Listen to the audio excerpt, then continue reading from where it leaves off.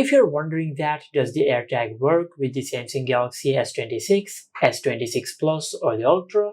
So in this video, I'll answer this question. So unfortunately, the answer is no.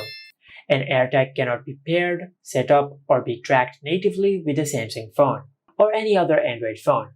An Apple AirTag requires an iPhone or any other Apple device to be used. Now, while you cannot use an AirTag with your Samsung phone, but your Samsung phone can detect any AirTag near it.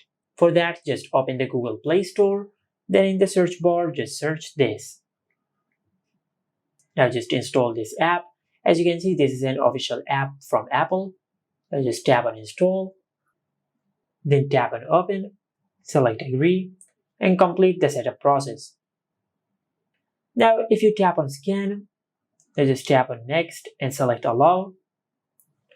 Your Samsung phone will start scanning for any AirTag near it. And as you can see, our Samsung phone has detected our AirTag over here. Now this app is not meant so you could use an AirTag with your Samsung phone, but it is built so you could find and detect any AirTag which may be tracking you. So you could disable it as you find it. And this is it. Make sure to like, comment, and subscribe. Thank you for watching.